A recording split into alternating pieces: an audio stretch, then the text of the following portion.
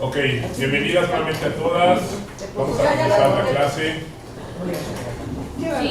La parashá de esta semana es una parashá muy interesante, se llama Parashat Korah. Korah. Porque nos habla. La pusiste al revés, a ella le pusiste mi apellido y a mí me pusiste el apellido de ella. Sí, de las mejores clases. Ok. La parashá de esta semana se llama Parashat Korah. Y es un tema muy interesante porque nos habla del tema de las peleas, de las discordias, de las diferencias entre personas. Moshe Rabbeinu era el líder del pueblo de Israel. Y sin embargo, y era conocido por su gran humildad, por su grandeza espiritual. Una pregunta, ¿Moshe era profeta? Claro, es el profeta. Según Maimónides, es el profeta más grande que ha existido y no va a haber un profeta mayor que él ni antes ni después. Entonces veía el futuro. O sea, profeta quiere decir que tiene una comunicación con Dios, que Dios le podía dejar saber su mensaje de una manera más clara que otros profetas.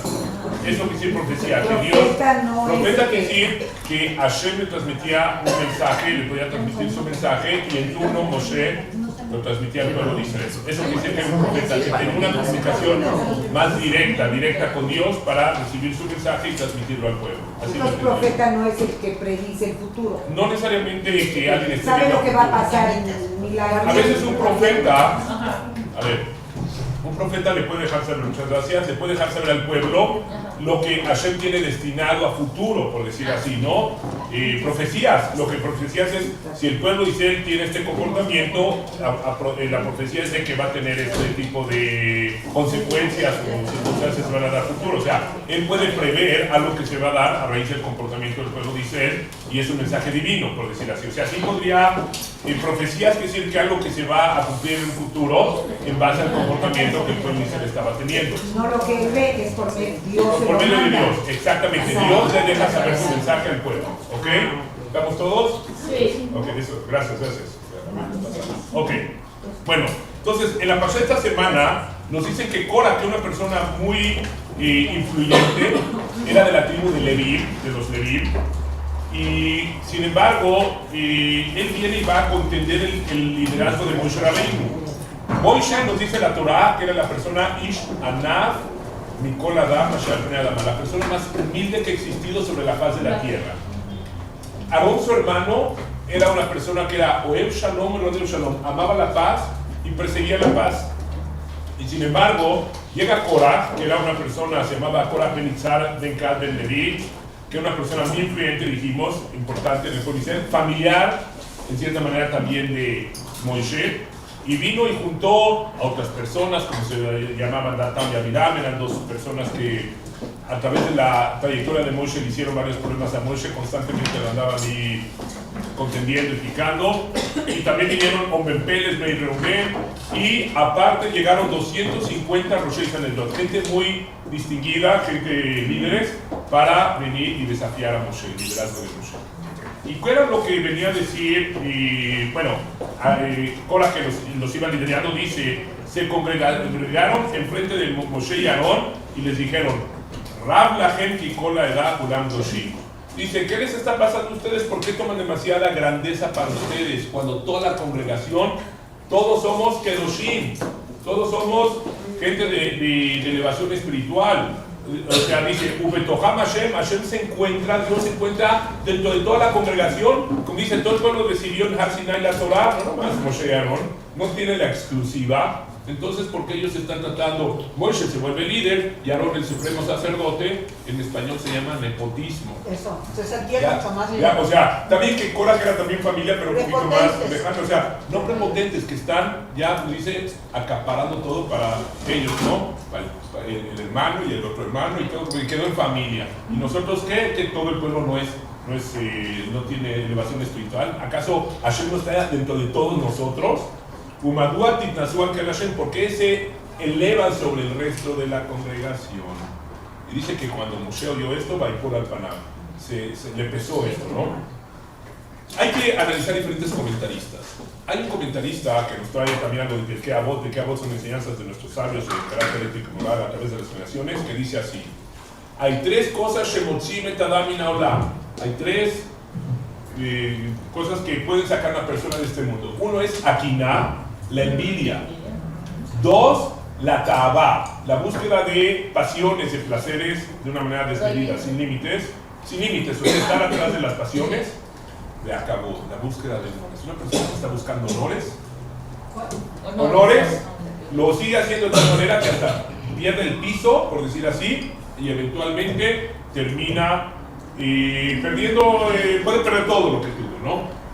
Korah acá tuvo envidia de Moshe, de que Moshe tenía liderazgo junto con Aarón, y entonces, ¿de qué manera viene a criticar o desafiar a Moshe? Dice, no decir, ¿por qué no me diste a mí una porción? Porque yo también me lo merezco, que yo soy menos que tú. Dice, no, que toda la gente diría, ay, no seas, ¿qué te crees? ¿Qué eres tú, no? Estás buscando honores. Dice, no, ¿por qué ustedes están acaparando cuando toda la congregación somos buenas? Es una estrategia. No está diciendo que él quiere para el liderazgo, está luchando por el bienestar de toda la congregación, de todos los demás. Suena mucho más loable, ¿no? El comunismo, el socialismo venía a buscar, se supone, el bienestar de toda la gente, ¿no? No nomás de un... A la mera hora vimos todo, ya se cayó el comunismo, el socialismo, hemos visto todas las faltas que tenía el sistema como tal. Pero, como que, a veces, por ejemplo, háganse cuenta, un terrorista quiere de cierta manera justificar su proceder. Entonces crea un grupo y ya le llama Partido para la Revolución y la Liberación de X lugar, ¿no? A lo mejor son un grupo de desalmados, ¿no? Una célula. Una célula, pero para darle legitimidad y hacer lo que suene respetable, dice el grupo para la liberación y los derechos humanos de todo el grupo, y a lo mejor son puros terroristas, sí. Un grupo. Pero cuando haces que está, o sea, cuando le pones un nombre más así loable y noble, pues como que ya estás justificándote. Aquí entonces, Korah dice, no, yo estoy viendo por el bienestar de toda la congregación. ¿Qué buscaba? Buscaba su propio bienestar, su propio beneficio, ¿no? Como había un letrero antes que salía, ponían en las calles, aquí hubo una época que decía, para el bienestar de la familia, más que no sean de la familia de quién. Entonces, así también Korah, se puede haber dicho, para el bienestar de quién, para el bienestar de quién. Bueno. Era un loxógrafo. Bueno, no sé quién era, pero lo que era es de que él tenía sus intereses personales y en el nombre de la comunidad, del bienestar de todos, él estaba tratando de avanzar su propia carrera personalista. Entonces hay que darnos cuenta cuáles son las motivaciones del ser humano. Ahora, ¿cómo dice el pasuk? Baikach Korah, Korah tomó para sí. Hay un comentarista que se llama Yitzhak Levi Liberdicher. Él es el Kedushat Levi, le explica así. Una persona, a ver, primero, antes de llegar a Yitzhak Levi Liberdicher, ¿cómo quitamos la envidia? La envidia es algo que nos corroe, nos destruye, ¿no? Más de lo que le queremos causar al otro, que no queremos que el otro tenga éxito, nos carcome a nosotros mismos.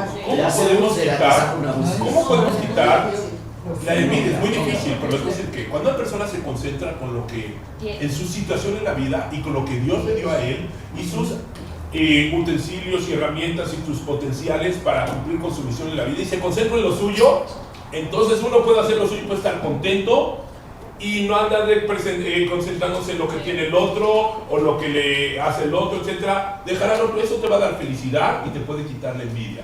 Pero en el momento que te pones a ver lo que tiene el otro y lo que está haciendo el otro, entonces dices, ¿y por qué él sí y yo no? Ese es un problema. Rabbi Yitzhak Levi Liberdicher te explica entonces que una persona lo que le debe importar es de que, si en este caso hablamos de una carrera espiritual, de que podamos enaltecer el nombre de Dios.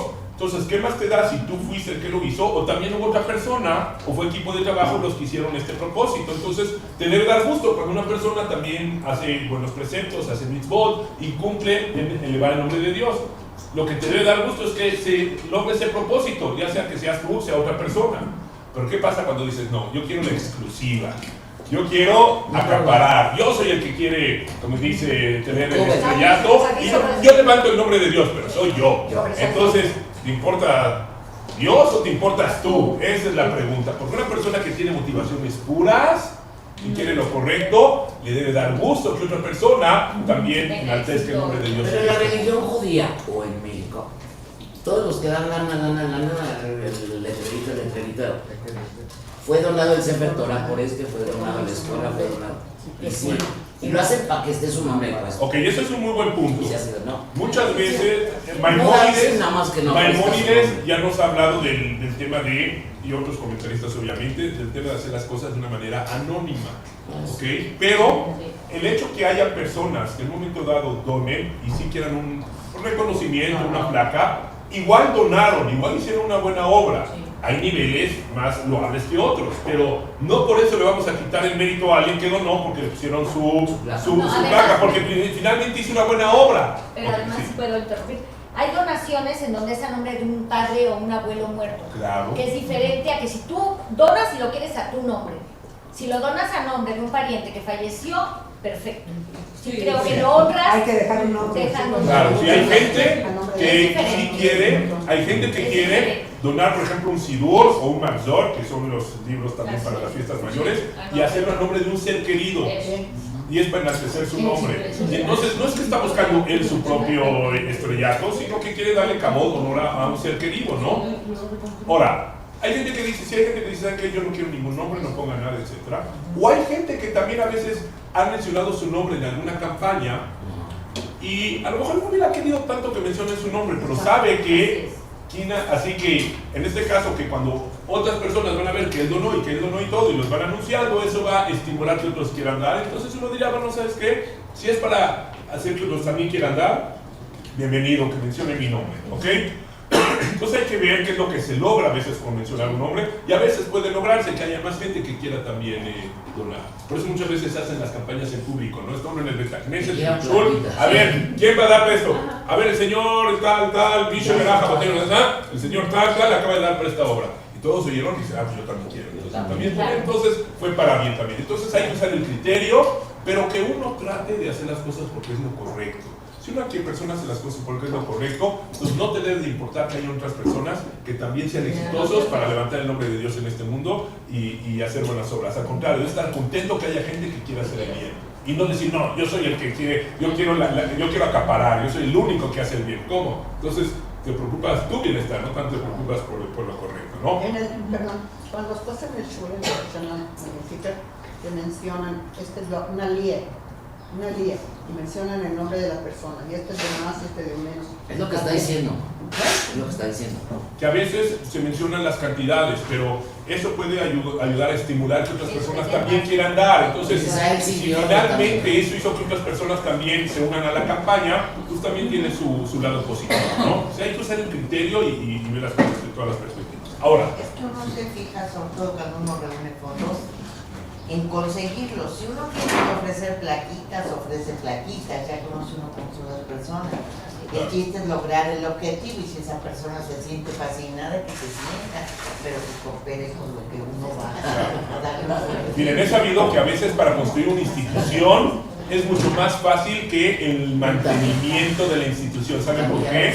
Porque para la construcción hay reconocimientos, hay placas. Para el mantenimiento muchas veces no hay placa y nomás uno está dando. Entonces sí es más fácil conseguir dinero para construir una institución que para mantenerla. Así es la naturaleza del ser humano. Ahora, ¿qué es lo que pasa? Viene Korah y dice que ¿por qué Moshe y Aarón lama titnasul kal Hashem? ¿Por qué se elevan? ¿Por qué buscan grandeza por sobre la congregación? Y Moishe, precisamente en la Pasha de Balotja, nos dan un testimonio que es la persona más anaba shel al pnei adama, la persona más humilde que ha existido sobre la faz de la tierra. ¿Cómo pueden llegar y criticar que Moishe es arrogante, que es soberbio? ¿Cómo pueden atacar a Aarón, que Aarón Cohen era la persona que representaba la paz en el pueblo de Israel? Como dice Pirkei Avot, sé de los discípulos de Aarón Cohen, Oem Shalom ama la paz, Rodem Shalom persigue la paz, Oem et Abriot Merkabah Torah, ama a las personas, acerca a sus raíces. Si era alguien que buscaba la paz era Aarón, y para buscar la paz entre la gente también necesitas humildad, sencillez, ¿no? Porque para que puedas lograr esa paz entre la gente. Entonces, ¿cómo puede ser que Korah, en las áreas donde destacaban precisamente Moshe y Aarón, que era la humildad y la grandeza espiritual, ahí les dicen, no, ustedes están buscando su propia elevación personal y ustedes buscan su agenda de ustedes, ¿no? Su agenda personal. ¿Cómo puede ser? Entonces explica el Kotzker Rebbe que a veces sucede así con los tzadikim. Hay gente que es muy justa, muy recta, y van a tener gente que ahorita va a venir la oposición, ¿no?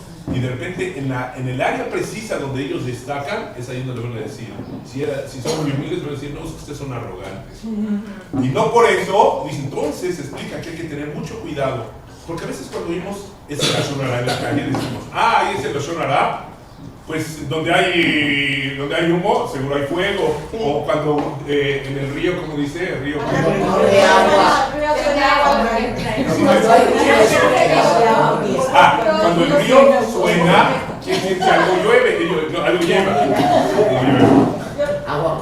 No, dice que cuando el río suena es que se ahogó la orquesta. ¿Es que Se ahogó la orquesta. Si el río suena es que se ahogó la orquesta. Yo digo que cuando el río suena es que agua trae. Claro. Bueno, sí, muchas veces cuando oímos algo quiere decir que pudiese haber algo, pero no siempre, dice el Kotzker Rebbe. Hay ocasiones donde una persona va a venir y a desafiar al otro, a un tzadik, y le va a picar donde exactamente donde él destaca, y le vienen a decir lo opuesto de lo que representa. Entonces no siempre escuches todo lo que oyes ahí en la calle, eso porque a veces puede ser completamente falso. Y les voy a decir por qué también. Hay un enunciado de nuestros sabios que dice así: Mishe posel verbumó un posel. Una persona que viene a descalificar a otro, muchas veces con lo que tú lo estás descalificando es la carencia misma que tú tienes en tu persona. Tú le dices al otro, ay, es que es porque eres tan arrogante. Y él es el arrogante. Pero es una proyección de sí mismo y lo proyecta al otro. Entonces hay que ver de quién vienen las cosas. No nomás porque alguien ya dijo, ah, sí, Torah Misinay, este ya tiene toda la razón. ¿Quién te dijo? A lo mejor eres él el que tiene la falta y le está proyectando a los demás. Como en este caso, Korah. Korah quería su propia grandeza, su propia elevación, quería tener un puesto importante en el pueblo de Israel, y Moshe lo tenía. Pero Moshe lo tenía y Aarón también porque Hashem los había designado, porque venía de una orden divina. Y viene y dice que ustedes quieren destacar sobre la congregación y hacerse más grandes que los demás, pero era su propia proyección, que él era el que quería estar por arriba de los demás. Entonces hay que darnos cuenta. Y Korah quería estar por Korah, así, él quería tener el liderazgo. ¿Qué relación tenía con Moshe? Era un primo, pero él vio que a otras familiares le dieron antes que él y dice, ¿por qué a mí no? Entonces eso le dolió, dice, yo quiero esa posición. Pero entonces hay que ver cuando alguien critica a otros, o como dicen, dime de qué y te diré de qué careces, ¿no? Dime de qué presumes y te de qué careces. Alguien de repente llega alguien y te empieza a contar y te besa, ¿no? Les voy a decir algo, si tú agarras una pushke es una cajita, bueno, donde metemos las moneditas del Zagá, si tiene pocas moneditas y le haces así, hace mucho ruido, pero si está llena y le haces así, no suena porque está llena. El que tiene mucho, el que está lleno por dentro, no tiene que andar presumiendo. El que no tiene mucho por dentro y tiene más un par de logros por ahí, hace mucho ruido, pero no necesariamente. Entonces, dime de qué presumes y te diré de qué careces. Por lo general presumen todo lo que no tienen. Entonces, por eso digo, hay que tener mucho cuidado cuando escuchamos las palabras allá afuera de la gente. Hay que ver quién es la persona que está hablando. Es una persona amargada, es una persona que tiene sus faltas y las proyecta hacia otra persona, o es alguien que no tiene grandes logros y está cacareando sus propios logros y tratando de sobajar a otros para así. Alguna vez dijimos, una persona se puede hacer grande por propio mérito, porque le echa ganas a la vida, o de otra manera, ¿cómo lo hace? Aplastando al otro.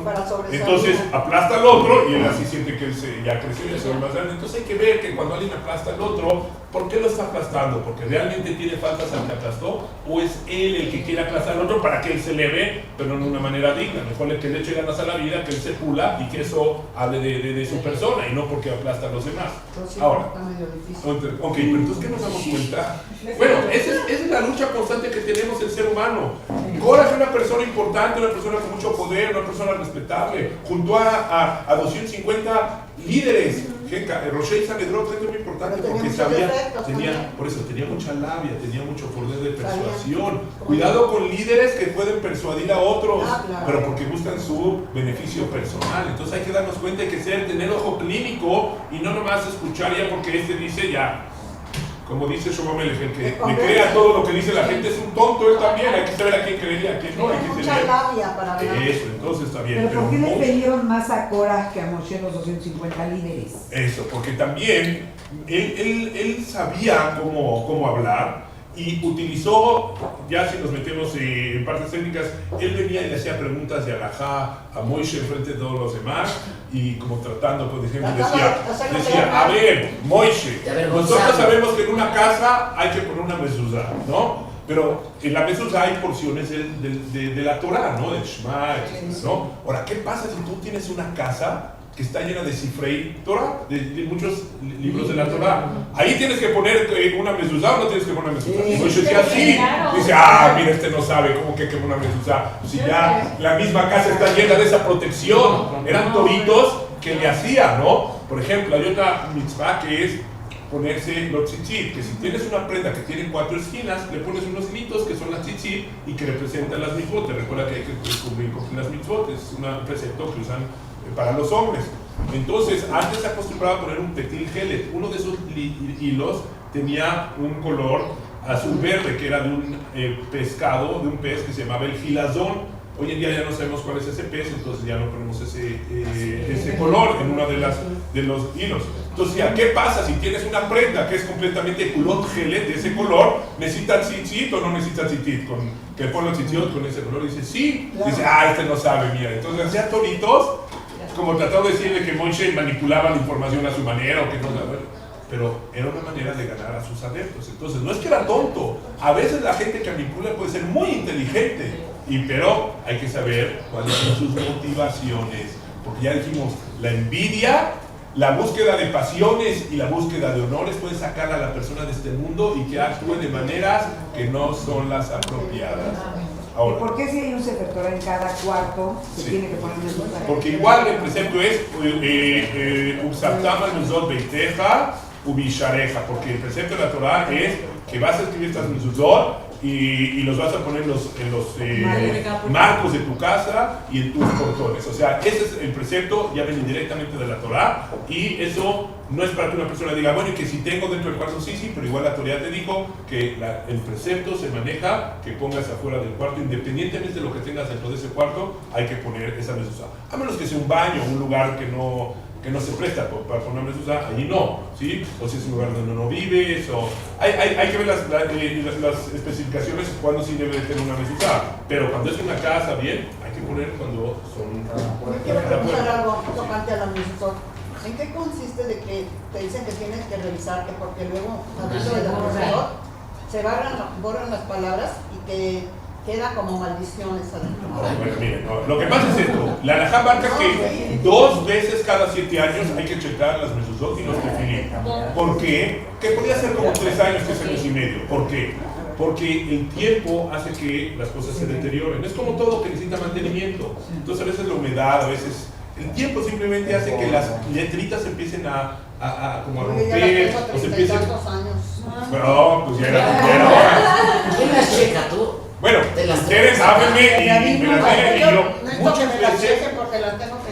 Bueno, escúchenme, muchas veces el que tiende a checarlas, por lo general, es un sofer stam. Un sofer es un escriba, y stam quiere decir, stam es Sefer Torah, Tefilim, Mezuzot, son las siglas, no las... Ok, entonces, porque checar una mezuzá te puede llevar unos 20 minutos, una media hora de menos. Entonces, por lo menos es una persona que se dedica a eso y se le paga por hacer ese trabajo. No que uno no pudiera a veces checar su propio mezuzá, pero lleva, entonces alguien que me está checando constantemente el mezuzá de la gente, se dedica muchas veces a eso, ¿no? Entonces, el que quiera, avíseme y yo veo la manera de que una de estas personas venga y cheque el mezuzá. Se tienen que quitar completamente. Claro, pueden dejar en la entrada de la casa, mandar a los demás, que chequen las otras, y ya luego al final se pegan esas y se ponen esas y se sale la de la entrada.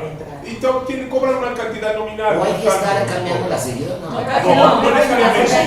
No necesariamente, siempre y cuando estén checadas y estén bien. Pues ¿dónde venden los papelitos?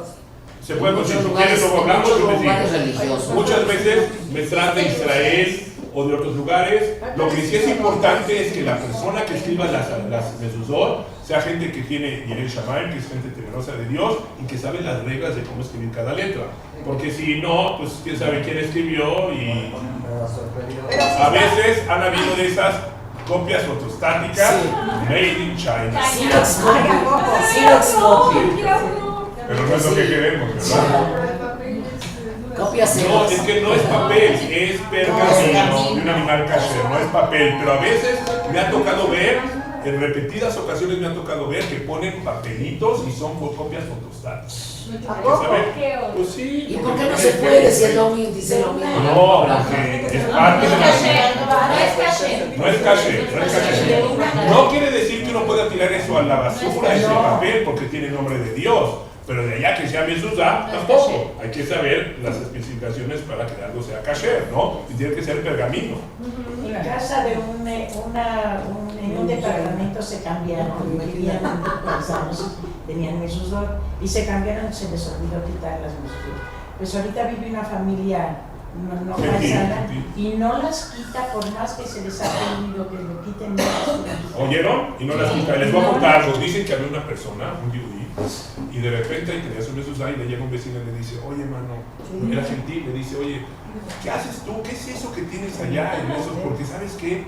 A mí ya me asaltaron un par de veces y yo no sé, yo creo que a ti no te asaltan, tú tienes tu protección ahí en la puerta, véndeme una, ¿no? Dice, no, pero es que eso es para la gente de nuestra creencia, del pueblo judío, no es no necesariamente para un gentil, no necesariamente eso. Por favor, véndeme, consígueme unas porque me urge, porque ya me asaltaron 2 veces, ya no quiero que me asalten. Pero el paisano dice, bueno, ok, ya que me lo pides, te voy a apoyar. Me consigo unas mezuzot y ya se las ven no sé qué y se las ponen ya en la entrada de la casa. Pasa un par de meses y regresa, ¿sabes qué? Muchas gracias, aquí te regreso tus papelitos. Pero espera, ya te regreso porque ya mejor ya no. ¿Qué dice? ¿Qué? ¿Te volvieron a asaltar? Dice, no, es que lo que pasa es que ya me salió más caro, que dicen que vienen del Kerencayeme. ¿Sabes qué? Mejor me quedo sin mis mezuzot, me sale más barato que poner estos papelitos. Por ejemplo, la mezuzot dicen que solo la coloca un hombre. No necesariamente, la puede colocar también una mujer.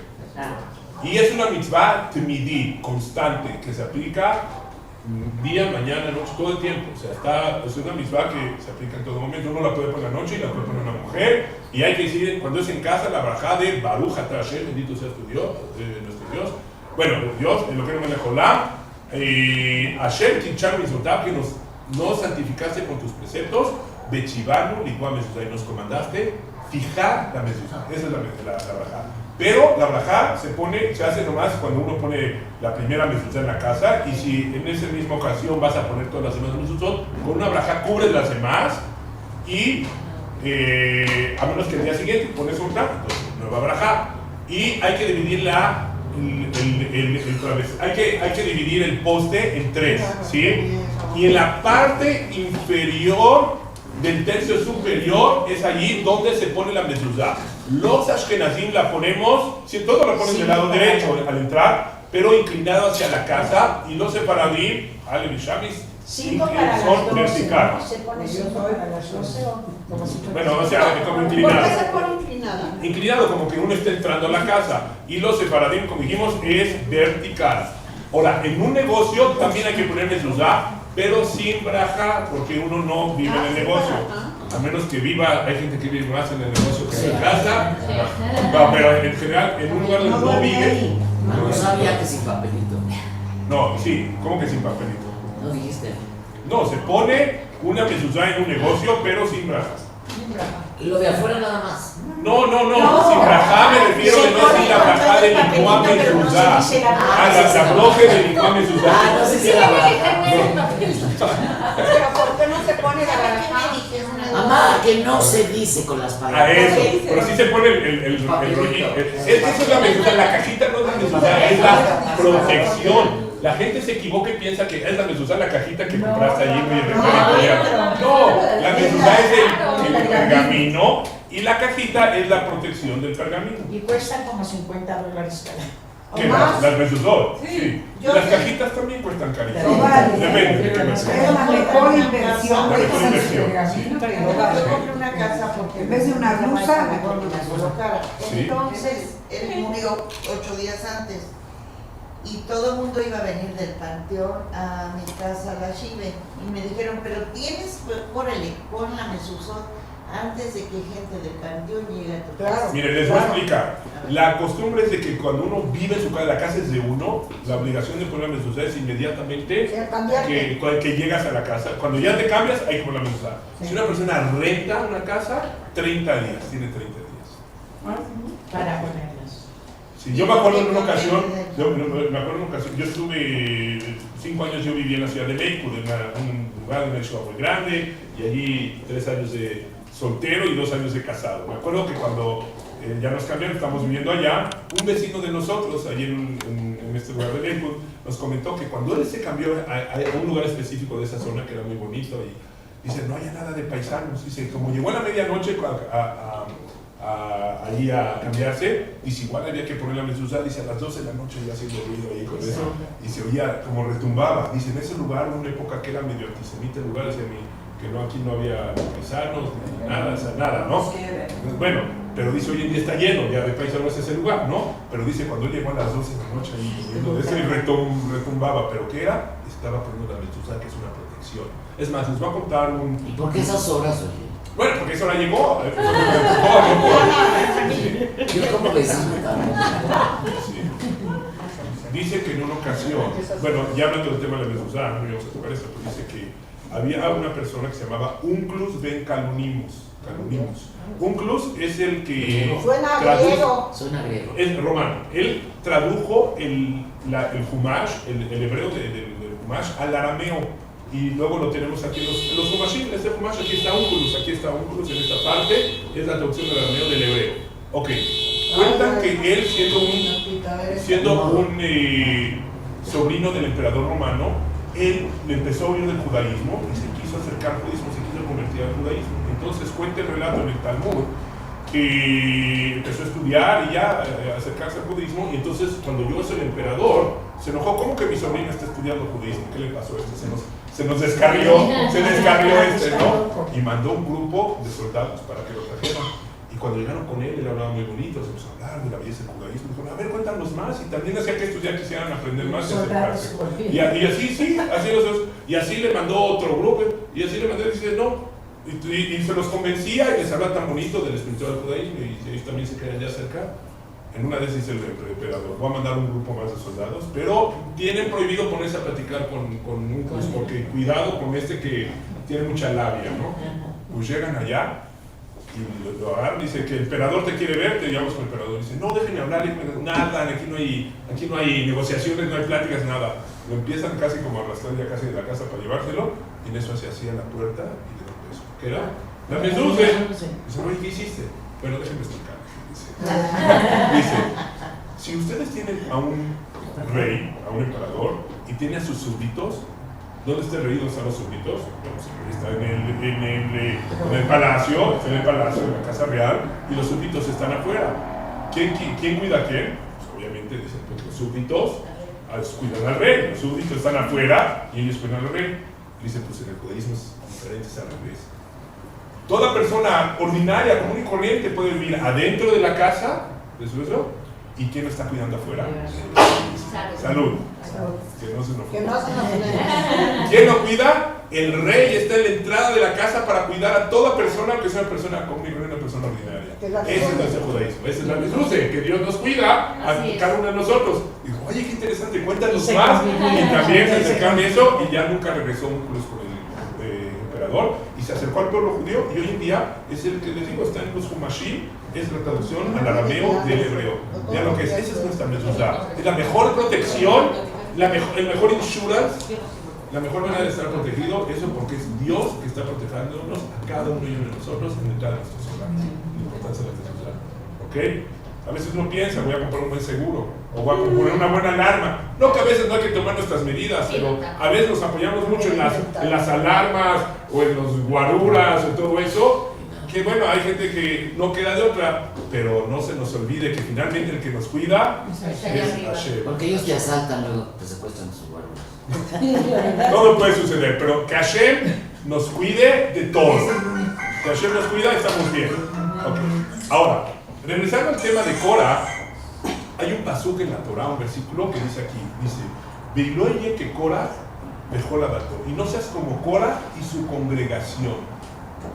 es una prohibición, es uno de los 365 preceptos negativos de no transgredir de la Torah, porque hay 248 positivos, como es dar tzedakah, ponerte tefilín, esos son positivos, y los negativos, bueno, sería de lota, hacer de no transgredir, no robarás, no mentirás, etc. Y uno de ellos es también no oye que Korah Kedató, no serás como Korah y su congregación, que no seas un busca pleitos. No soy una persona que anda haciendo peleas. Eso nunca lo había oído yo. Bueno, ya lo oyeron. No seas un peleonero. O sea, hay una prohibición, uno está transgrediendo cuando uno es un peleonero o cuando uno sostiene una pelea cuando pudiste haber hecho las paces, hecho sholem, y ahí sigue. Sholem es shleimut, es algo que es completo. Porque Korah era alguien que seguía empecinado y estaba haciendo la vida con estos amushis y estaba buscando peleas. Él es una transgresión. Entonces, Rav Chaim Shmulevitz, uno de los comentaristas de Shuvah de Vida, la canción pasada, explica. Después con uno de Amil, de así.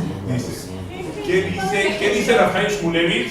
Dice, Veloye que Korah Dató, dice, no serás como Korah y su congregación que fueron buscapleitos. Dice, lo podemos entender de otra manera. Dice, y ya no habrá una discusión, una pelea como la de Korah y su congregación contra Moshe. Ya no va a haber como esa. ¿Por qué?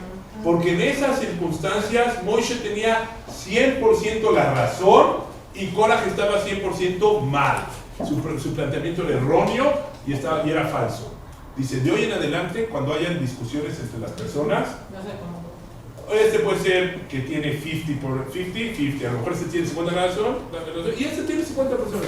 A lo mejor este tiene 80% de la razón y este 20%. A lo mejor este tiene 90% de la razón y el otro 10%. Pero ya el 90% no tiene el 100% de la razón. Pues aunque sea en ese 10% que tú no tienes la razón, acepta toda la responsabilidad de tus actos y busca hacer la paz y enmendar tus errores y pedir disculpas. Porque ¿qué quiere decir? A veces de repente llega uno y dice un comentario al otro, un comentario de esos que le pica, lo hace sentir mal, eso, y o sea, como un poquito de esos comentarios como, ¿cómo se llama? Cínicos, ¿no? Y nadie se dio cuenta que le tiró por abajo del lago y el otro sobre reaccionó, ¿no? Como que overreacted, ¿no? Dice, ¿qué le pasa? Y la gente lo ve y dice, mira, este se me enojó, mira cómo saltó, sí, no es para tanto, pero no dieron cuenta que este ya sabe cómo picarle al otro y dice palabras o comentarios con su tonito de voz o con palabras que ya sabe la palabra clave, cómo sacarlo al otro de quicio o con muecas, así medio, oye, tú así, como que no dijo nada, nadie vio, pero ya sabe cómo sacar al otro de sus casillas. Y en realidad, aunque tú hayas tenido un 10% en haber creado esta pelea, esta discusión, pues en esa medida tú tomas responsabilidad y tratas de enmendar tus faltas y pides una disculpa, o tratas de hacer. Entonces dice, ya no va a haber una pelea, una discusión en la cual alguien tiene un 100% de razón y el otro que siempre el 100% está mal, como en el caso de Moshe y Korah. Si hoy hay una pelea, una discusión, tú tomas responsabilidad de lo tuyo y en esa medida trata de hacer las paces, etc. Y hay que explicar con respecto a esto, que muchas veces, y especialmente en las familias, dice, en las familias, como sabemos, el ser humano es diferente, hay diferentes personalidades, diferentes maneras de comportarse, diferentes maneras de ver la vida, entre hermanos, diferentes maneras de ver la vida. Y de repente uno dijo algo o actuó de cierta manera en base a su personalidad, en base a su punto de vista, y el otro dijo de otra manera porque tiene otra manera de ver las cosas y otra personalidad, y se hace un choque. Entonces, en vez de estar viendo muchas veces quién es el malo y quién es el bueno, que es a veces una manera muy simplista de ver las cosas, ve cómo podemos buscar una paz, una armonía, una conciliación entre las partes, de una manera creativa, y ver cómo podemos ceder un poquito, ceder otro poquito, poner las cosas en perspectiva y buscar el shalom. Pero no tanto de ver al malo y el bueno, a veces no es el malo y el bueno, todos, a lo mejor ambos tienen la razón desde su punto de vista, desde su perspectiva de vida, cada uno está de cierta manera justificado. Entonces ver las cosas con inteligencia. Ahora, un punto más que es muy interesante, Pirkei también nos dice, Kol mahloket shel Shem Shamayim, toda discusión que tiene motivaciones puras, sofalit kayem, va a perdurar. Vesheina le Shem Shamayim, pero la que no tiene motivaciones puras, esa no va a perdurar. ¿Qué quiere decir eso? Dice, explica. Una discusión que tiene motivaciones puras será como la de discusión de Hillel y Shammai, que eran dos grandes sabios del Talmud, que de allí luego se armaron escuelas de pensamiento, Beit Hillel y Beit Shammai, la casa de Hillel y la casa de Shammai, que eran casas de estudio. Dice, en ese caso, esa Sofalit Kayem, ¿qué quiere decir? Que a pesar que la halajá, la jurisprudencia judía, quedó en la mayoría de los casos la halajá como Hillel, y no como Shammai, porque dicen que Hillel eran sabranim, tenían paciencia, alurim eran humildes. De Ayum Magdimim Libre Shammai le direihem, cuando había una discusión con Shammai, Hillel le daba, decía, antes de decir su propia opinión, mencionaba, Shammai dijo esto y yo sostengo así, pues le daba su lugar a Shammai. Dice, como era una persona tan nice en ese sentido, la halajá en la mayoría de los casos quedó como Hillel. Dice, de Olam Emet, después de 120 años, Shammai la halajá va a ser como Shammai. ¿Por qué? Porque él era más agudo, más astuto, más duro. Pero para este mundo como que necesitamos más la misericordia o el approach mejor que un Hillel. Pero seguimos estudiando una opinión de Shammai, a pesar de que la halajá, la ley no quedó como él. ¿Por qué? Porque buscaba la verdad. Y también Hillel buscaba la verdad. Pero, y esa es una discusión que va a perdurar, una mahloket de Shem Shammai con motivaciones puras de Shem Shammai. Pero dice, ¿cuál es una mahloket, una discusión que no va a perdurar, la que no tiene motivaciones puras? Y dice Pirkei Avot, ¿cuál es esa? La de Moshe, la de Korah, la de Korah con su congregación. Interesante, ahí no dice de Korah contra Moshe, dice Korah y su congregación. ¿Por qué no? Como aquí Hillel y Shammai le habían dicho Korah contra Moshe, dice no. O sea, de este lado el cuadrilátero Moshe, de este lado Korah. No dice así, Korah y su congregación, dice. Porque la verdad Moshe no estaba peleando, él era muy humilde, no estaba peleando. El que se peleaba era Korah. ¿Pero con quién? De Korah Dató, con su congregación. Dice que él también se estaba peleando o discutiendo con la misma gente que lo apoyaba a él, porque cada uno buscaba cómo iba a sobresalir más y tener un mejor puesto. Entonces entre ellos mismos estaban peleando porque no tenían motivaciones puras de encontrar la verdad, como Hillel y Shammai. Ellos querían buscar su propio desarrollo y grandeza personal. Entonces esa no es Shem Shammai. Ahora, ¿cómo sabemos cuando una mahloket, una discusión es de Shem Shammai, que tiene motivaciones puras?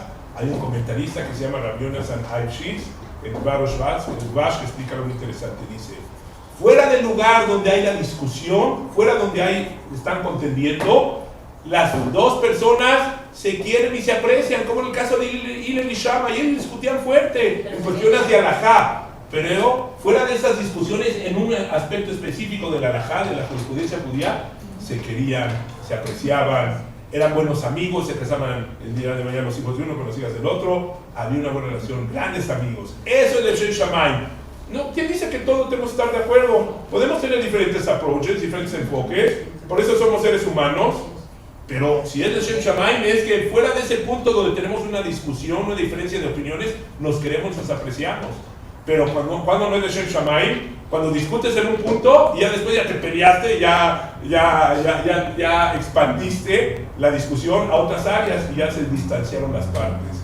Entonces este principio es un principio fundamental. A veces tenemos una discusión con alguien y a veces puede ser una persona cercana a nosotros, puede ser un familiar. Hay que darnos cuenta si la discusión es de Shem Shammai es porque queremos buscar la verdad, queremos hacer lo correcto. Y él tiene su opinión y yo tengo una opinión. Y podemos discutir como gente decente, pero después de eso somos grandes amigos, nos sentimos cercanos. Eso es el Shem Shammai, como en el estudio de la Gemara. Cuando uno estudia la Gemara hay muchos cuestionamientos. Uno estudia con una jabrutá, con una pareja de estudio. El Talmud dice en la Gemara en Kedushim, dice que inclusive un padre con un hijo cuando están estudiando, en el momento de presentar las ideas parecería como dos enemigos que están en el portón de la ciudad discutiendo, peleando, porque cada uno presenta su punto de vista. Pero después nacimos amables, pero después se vuelven queridos el uno al otro, porque cuando uno está discutiendo, pero de una manera constructiva para encontrar la verdad, se acercan los corazones, se siente uno cercano. Entonces el papá y el hijo se van a sentir muy cercanos porque finalmente quieren encontrar la verdad del mensaje de Hashem en el Talmud, en la Torah. Lo mismo una pareja de estudios, después de estudiar se sienten cercanos porque juntos trataron de encontrar la verdad de las cosas. Sin embargo, ¿qué pasa cuando una persona no tiene motivaciones puras? Y lo que busca es nada más él, su propio grandeza y sus cuestiones personales y pura cabod, honores para él y eso. Entonces, después de la discusión que tienen un aspecto de algo, se termina peleando con el otro en todo, porque ya se distancian. Entonces, démonos cuenta, a veces cuando tenemos un intercambio de ideas o una discusión con alguien, especialmente en la casa, con algún familiar, con alguna gente cercana, démonos cuenta, si después del intercambio de ideas, de la discusión que tuvimos, nos sentimos cercanos a ella, a esa persona, que lo que queremos era clarificar la verdad, de hacer lo correcto. Si nos distanciamos de ella como personas, entonces a lo mejor nuestras motivaciones no eran muy puras y tenemos otra agenda, ya sea nosotros o la otra persona. Entonces, no está mal a veces que podamos tener diferencias de opinión. No tenemos que, dos personas no pueden estar de acuerdo en todo. Si dos, a ver, en un juego de tenis, si dos, y es de dobles el juego, si el que está jugando en un equipo, los dos tienen las mismas strengths, las mismas habilidades y las mismas fragilidades o debilidades, entonces no es una buena pareja de equipo. Mejor agarra uno que tenga buen golpe así y el otro que tenga otras fortalezas para que se complementen. Sí, pero si hacen los dos lo mismo, no, entonces uno sale sobrando. Lo mismo en un negocio, si dos personas hacen exactamente lo mismo, tienen las mismas fortalezas y las mismas debilidades, a lo mejor no sale sobrando. Pues en un matrimonio también, a veces precisamente las diferencias que tenemos con nuestra pareja es lo que nos complementa, es lo que nos hace que seamos más fuertes, porque donde yo soy débil, mi pareja me complementa y viceversa. Entonces, naturalmente van a haber momentos en la vida donde vamos a tener diferencias de opinión, porque son diferentes enfoques, diferentes maneras de ver la vida, diferentes maneras de comportarse, porque somos seres humanos diferentes, más cuando hablamos de marido y mujer, que son un hombre y una mujer. Pero si nuestras discusiones son de Shem Shammai, queremos hacer lo correcto, encontrar la verdad. Al contrario, después de enriquecernos el uno al otro, de escuchar uno la opinión del otro y su punto de vista, salimos más fortalecidos. Al contrario, ya tenemos mejores respuestas para resolver conflictos y situaciones y ir adelante hacia la vida. Entonces, resultó que es para bien que tengas una persona que tenga a veces otro enfoque de la vida, pero que sea Leshem Shammai, que lo que queramos es encontrar la verdad y buscar soluciones a los conflictos de una manera constructiva y buena, y nuestros corazones se van a acercar. Lo mismo con los hijos, lo mismo con los hermanos, lo mismo con los padres. Después de que damos nuestros puntos de vista que a veces pueden diferir el uno del otro, nos debemos de sentir cercanos a ellos, porque finalmente we're going in the same boat, vamos en la misma dirección y queremos encontrar la verdad. Eso es de Shem Shammai, y eso era Hillel y Shammai. No era fácil, pero por eso Hillel y Shammai empezaron a discutir tanto en el Talmud, y cada uno tenía derecho a su opinión. Oye, pues después de todo, ¿por qué no expresar mis ideas? De una manera respetuosa y todo.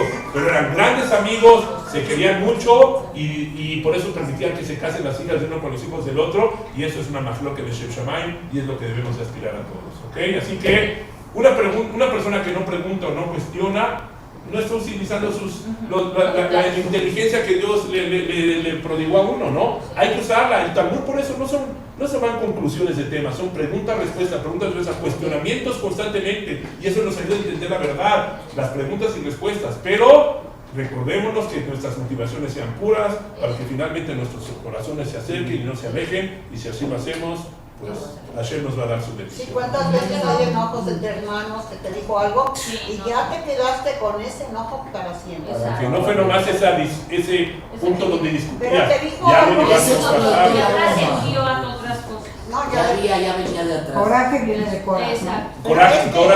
Sí, Oiga, pero yo por eso me enojo. Sí, a ver, y no te envidia y honor y hay tres cosas que tres cosas sacan a la persona de son este mundo: es envidia, tina, tabá, búsqueda de pasiones, buscas tus placeres, deseos. tus deseos, sí, de acabó, la búsqueda de honores. Entonces hay que tener mucho cuidado con estas tres cosas. Cuando no estamos contentos con nosotros mismos, a lo mejor es porque estamos envidiando, te estamos fijándonos en lo que tiene el otro.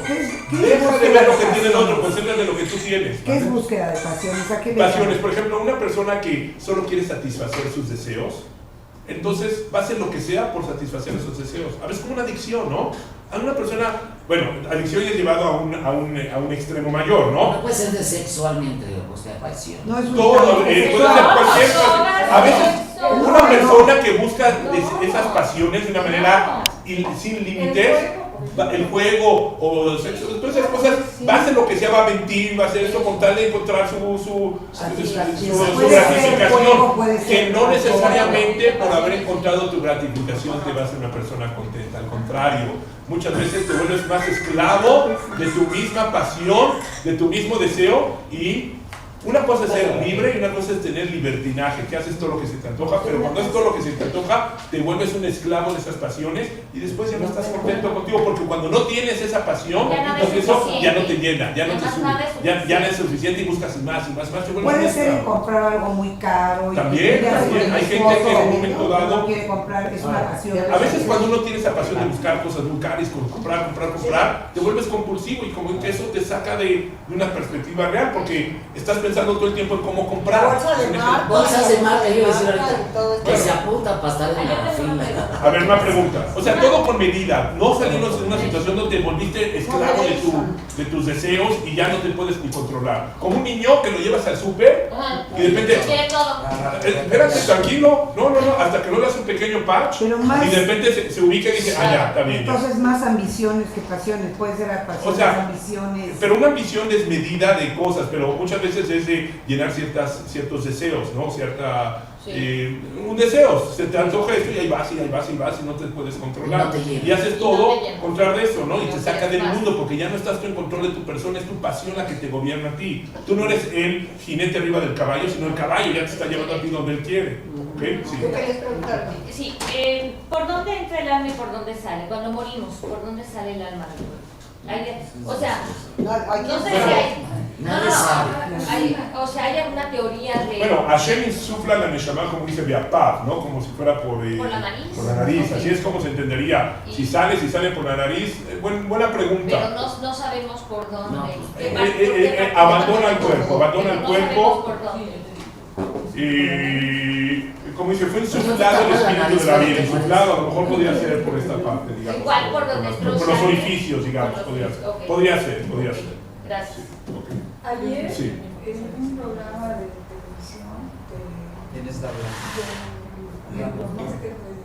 Europa, Sí. salió que unos científicos acaban de encontrar que las células en un cadáver, después de 18 días de muerto el cadáver, las células estaban vivas y que esas células, con los productos que están haciendo estos químicos, estos científicos, se están reproduciendo células madre. ¡Qué maravilla! Y que esas células madre van a poder ayudar a curar a la perspectiva de 18 días después de muerto. Entonces se hace la pregunta, ¿qué es lo que sabemos de la muerte? Interesante, es un Muy punto. 18 días después encontramos células vivas. Interesante. Ayer salió en... Es algo muy interesante, pero eso sí, esa persona ya no se levanta, ya no se puede, ya no puede. Esa es otra clase, ¿no? Ese sí ya no, ese ya... Pero sus células están dando... Miren, les voy a decir una cosa, hablando de ese tema. Dicen en el judaísmo es muy raro, en otros antes era sabido que una persona que podía haber fallecido y después como que tuvo muerte clínica. Muerte clínica, pero no, y de repente quería decir ya estaba bien. Con nosotros no se dan esas circunstancias. ¿Por qué? Porque hay la tahara. La tahara es limpiar el cuerpo de una manera digna, correcta para limpiar el cuerpo, y mientras se hace la tahara, asegurarse que ya no... Alguien me contó una vez por ahí. Bueno, pero te limpian. Que estaban, hace muchos años, que estaban allá atendiendo a alguien que está haciendo la tahara, y parece que en ese momento reaccionó. Pasó hace muchos años y creo que ya no he oído más casos. Pero no existe que... No, porque ya cuando ya no hacen la tahara, ya se sabe. Ya. Pero a veces, por ejemplo, Sí. Yo me retiro. Claro, así es. Pero bueno, entonces aquí le paramos. Nomás, Braja. Boruja, tú, Abinoy, Elohim, Elohim, Shakon y Yevi Baró. Amén. Oye, ¿por qué no te apuntas? Va a ser el Borene Fashot. Hoy sí la Braja de Borene Fashot, que dijimos, Hashem ha creado muchas personas, muchas de Fashot, y cada una con sus carencias o limitaciones. Como decimos, todo en uno ya no hay ninguno. Hay quien tiene salud, pero le falta panasá, sustento, hay quien tiene sustento, pero le hace falta najes. ¿Qué tan importante es Borene Fashot? Bueno, estamos diciendo que es una bendición de darle gracias a Dios, que ha creado muchas por personas. todo. Que estoy satisfecha, que estoy satisfecha. O sea, que Dios nos ha creado muchas personas, cada una con sus carencias y limitaciones, y pidiéndole a Dios que, reconociendo que Él nos ha creado y que nos llene esas carencias, por decir así. Entonces, y hay que tiene, dijimos, najes de los hijos, de tradiciones, pero le falta seichel. Coco. Y como dijimos, milagros no, pero que nos manden tanto Seigel, un poco de coco, que nos manden panote, satisfacciones, salud, todo. Y si quieren, all inclusive, especial de todo un poco. Y como cosa, y vale que me encanta una copa llena de vino que se desparrama. Que así sea la bendición divina, no pichicateando, sino que tengamos abundancia. Entonces, si gustan contestar amén a mi bajada, por favor. Yeshua, Boruch, Hato, Adinoi, Elohim, Melech Enom, Borene, Fashois, Zalos, Vegecional, Kol Mashobroso, la que Dios ven, Nefesh, Kurhai, Burhei, Elohim. Amén. Y que se vayan. Ahora